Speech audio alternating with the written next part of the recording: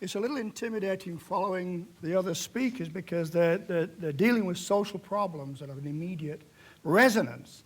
Mine's more of an economic problem, but I'm not an economist, so let's get that clear. I want to make two introductory remarks. First remark is, I study organizations, the most important things in society today. These are all different types of organizations. Now, don't ask me why, but for the last 25 years, I've been looking at these guys, accounting firms, law firms. I mean, it says something about me, but they're actually more interesting than you might think.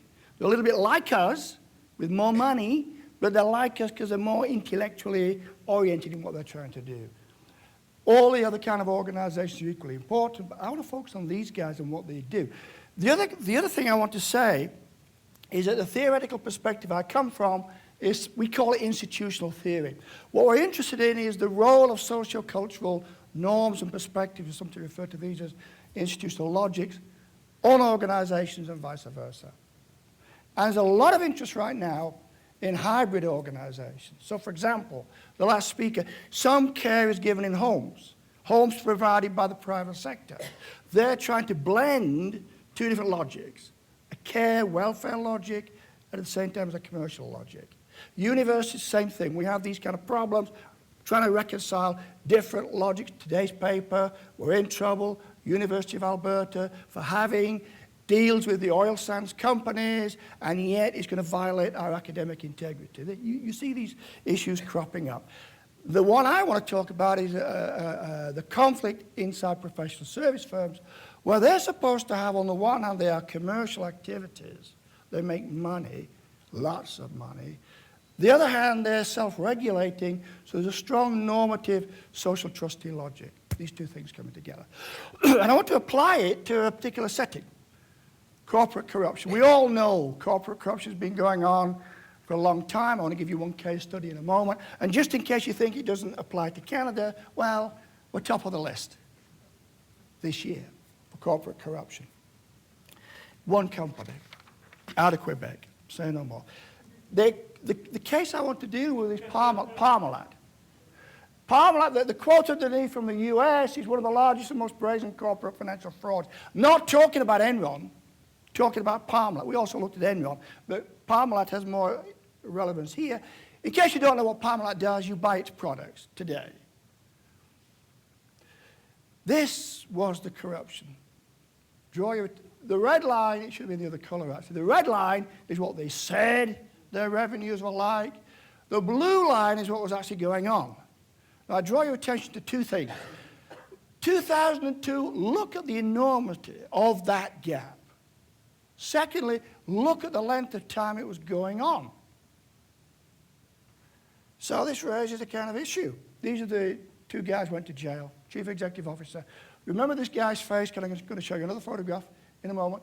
This is the chief executive, chief financial officer in jail. So are the auditors.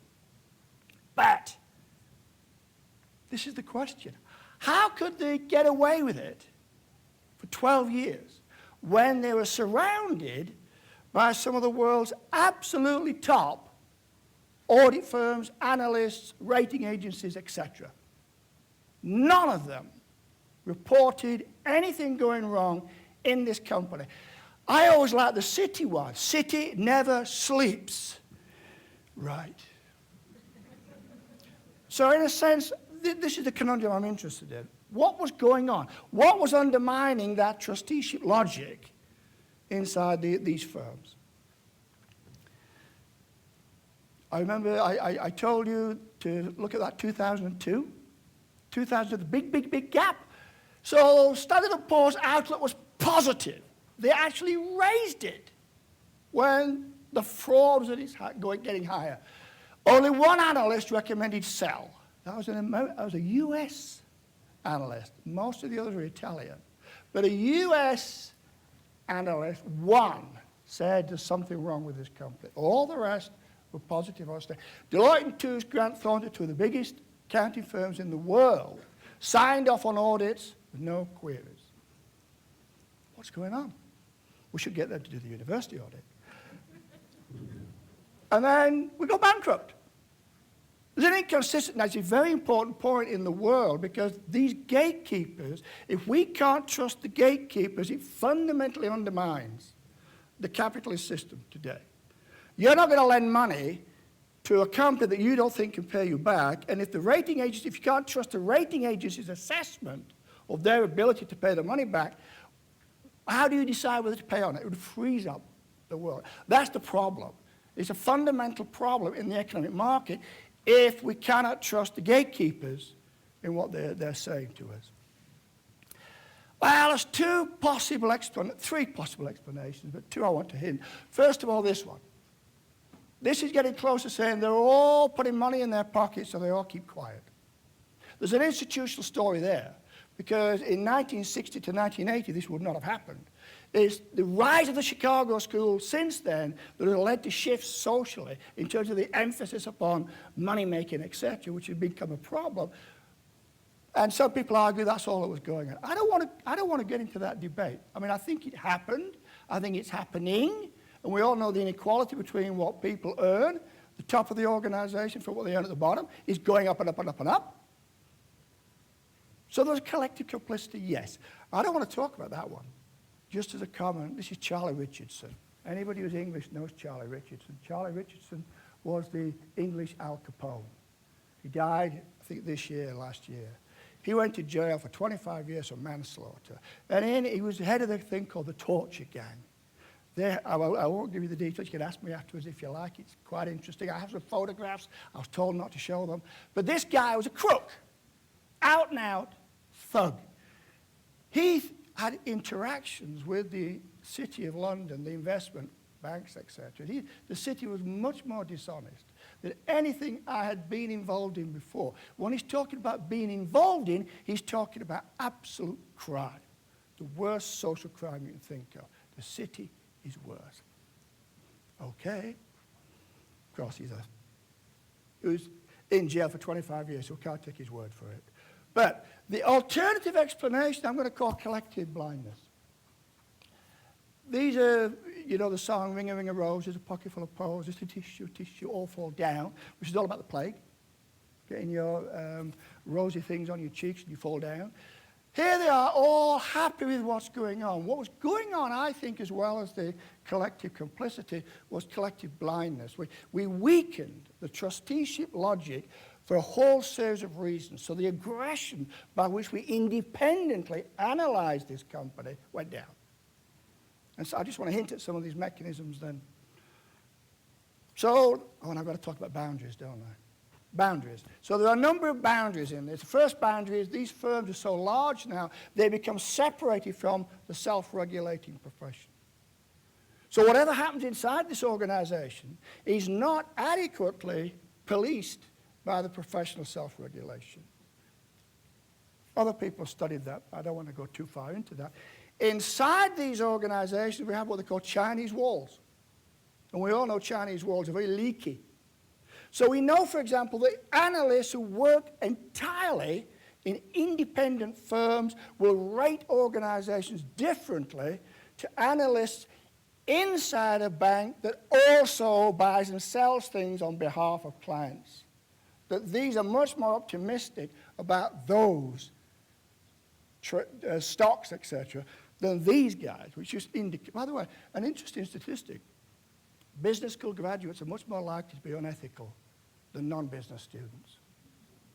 Older people are much more likely to be unethical than junior people. But there's another boundary, which is the boundary between the client and these firms. It could have been any of these arrows. We used to be worried about professional organizations taking advantage of the client. Now it's the other way around. Clients are so big, so powerful, so rich, that the small number of very senior firms were worried about that relationship. But the relationship I'm more interested in is this one, between all of these people.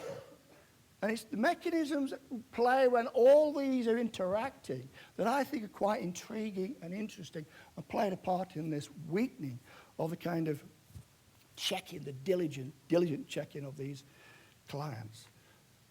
First of all, when you see a company like Parmalat, which is lauded, When you see working with another very high status organization, that client organization gets status by association. So we think that, well, why would a prestigious law firm work with a firm that's questionable? It wouldn't, would it? So we're not quite as diligent ourselves in looking at it. This is associated with celebrity. Parmalat was a big celebrity firm. One guy said you could close down most of the Italian stock market and nobody would know, but Parmalat was one of the big ones. It was a world leader. Well, this little quote comes up later. So celebrity firms don't get the same kind of attention as regular firms would get. Here's a chief executive officer. The guy standing above him is Berlusconi. One guy's in jail, the other one should be in jail, but the one that is in jail was receiving the highest Italian award.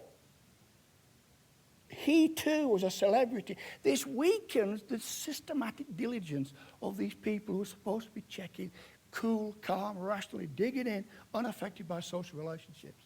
This is the way Ken Lay, the chief executive officer of Enron, was portrayed.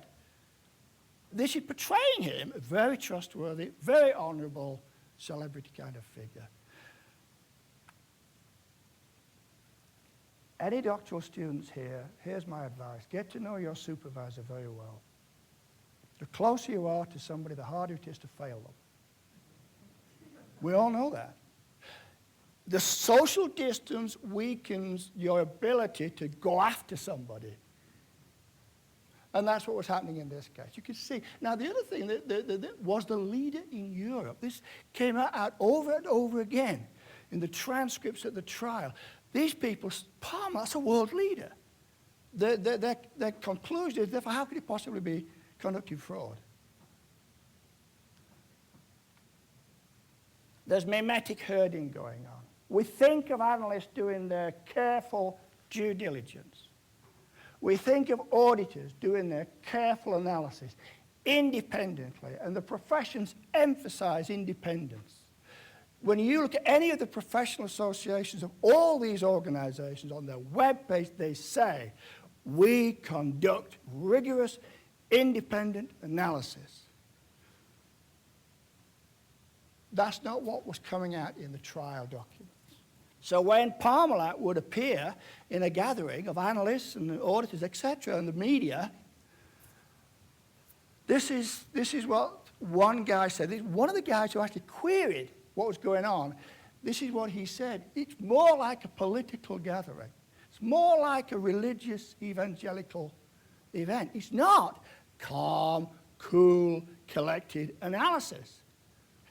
This guy actually did raise a question, querying some of the detailed information. And he was gently ridiculed. Social humiliation. Stop the person asking the question. Don't be ridiculous. And they're humiliated because they're trying to do it. So in a sense, what I'm trying to suggest is that there are mechanisms at play that lead to a kind of collective blindness. And that weakens the promotion of that trusteeship logic and allows the commercial logic to begin to dominate what's going on inside these firms. They don't feel any guilt about what they're doing. Over to you.